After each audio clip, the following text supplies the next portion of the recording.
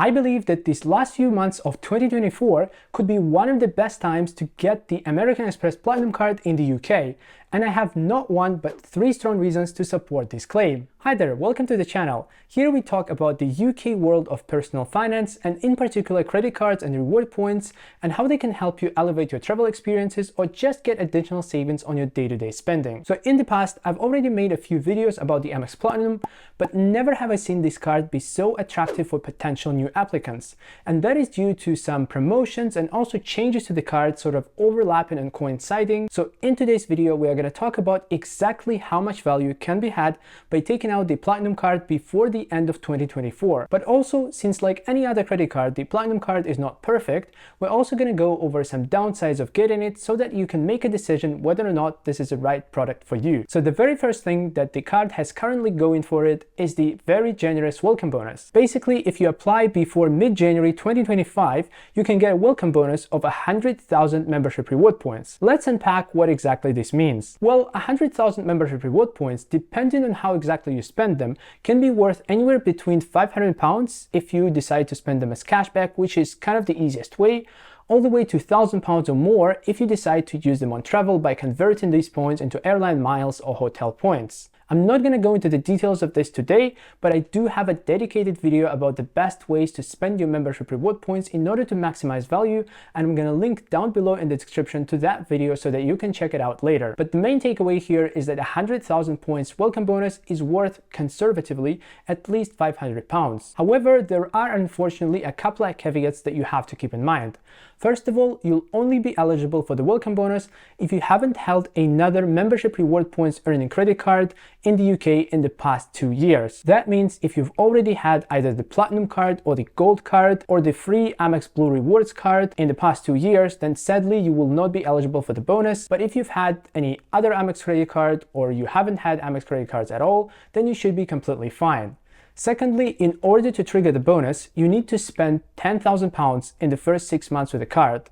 This is a bit of a steep requirement, but also bear in mind that the welcome bonus that you get in exchange is pretty substantial. And lastly, there is one more detail which isn't really a bad thing, but as I mentioned, in order to get the 100,000 points welcome offer, you need to apply via referral link from an existing Amex customer, because if you just go to the Amex website directly and apply from there, the bonus you're going to get is 80,000 points, which is a little bit lower. But if you know anyone who already has an Amex card, and that can be any card, not necessarily the Platinum one, you can ask them for a referral link, and I guarantee that they are not going to say no, because if they refer you, they are also going to get a small nice referral bonus. So it's kind of a win-win situation. So that was reason number 1. And now let's talk about reason number 2. So one of the ongoing / regular benefits of the Platinum card are the dining and shopping credits that you get every calendar year.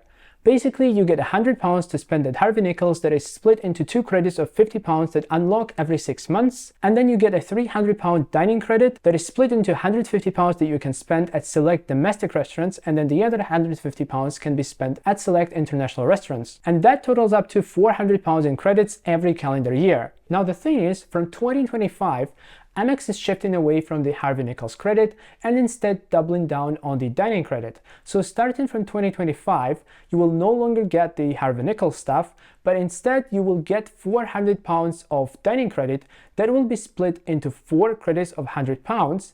Basically, in the first 6 months of the year, from January to June, you get £100 to spend domestically and £100 to spend internationally. And then in the next 6 months, from July to December, again, you get £100 domestically and £100 internationally.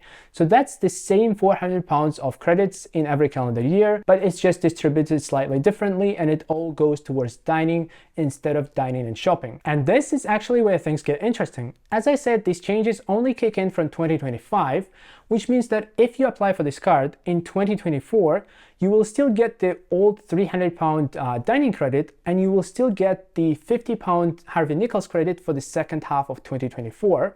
Granted, both of these credits would have to be spent in 2024 before they expire, and then over the course of 2025, you would get the new £400 dining credit. And also, Amex decided to extend the Harvey Nichols credit by another 6 months before removing it, which means for the first half of 2025, you would get another £50 to spend at Harvey Nichols. So I just gave you you quite a lot of numbers, so let's kind of go back and see how much all these credits add up to. So that is £300 in dining credits in 2024, plus £50 of Harvey Nichols credits for 2024, then £400 in dining credits in 2025, and another £50 on Harvey Nichols in 2025. All of this adds up to £800. So in order to keep things balanced, let's say that you manage to take advantage only of half of the credits, which is £400 out of 800. And then if we go back to the welcome bonus, which again conservatively is worth at least £500, that already totals up to £900 of value. But now let's remember that this card is not free. It carries an annual fee of £650, which means that if you get this card, pay the £650 of annual fee, and then you get at least £900 of value out of it, you're still coming out £250 in profit.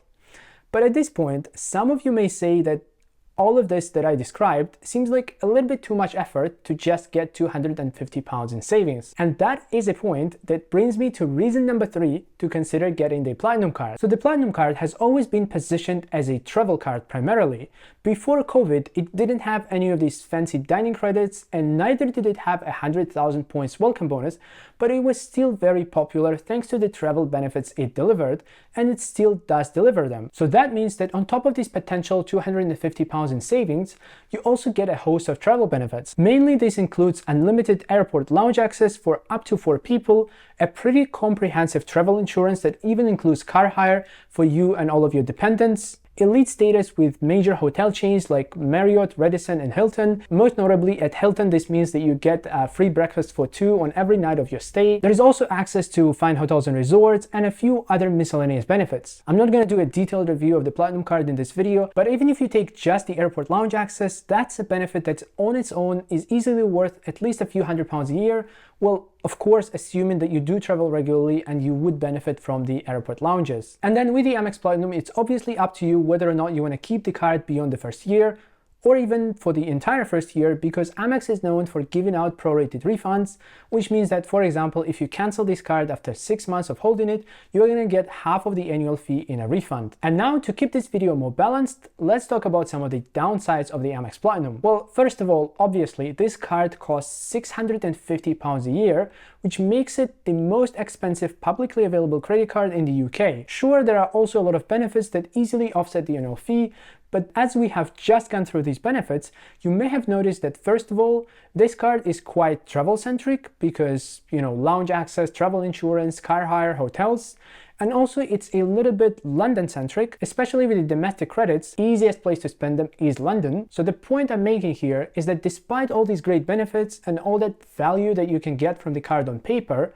if your spending pattern / lifestyle doesn't align with this card, then those benefits are gonna stay on paper. So just like any other credit card, the Amex Platinum is not a no-brainer, and you should consider your personal circumstances before applying for it. And maybe there are a couple more things that I can do here to help you. First of all, I've held the Amex Platinum for 3 years now, and at the end of each year, and this has become a bit of a tradition, I post a video detailing how much exactly this card saved me in the past year. So the 2024 version of this video is coming up soon, so consider subscribing to the channel to not miss it. But in the meantime, feel free to check out the 2023 version of the video by clicking here. And on the other hand, if you've decided that the Amex Platinum is maybe not for you, here I talk about the best free credit cards available in the UK. And with that, thanks so much for watching today, and I look forward to seeing you in the next video.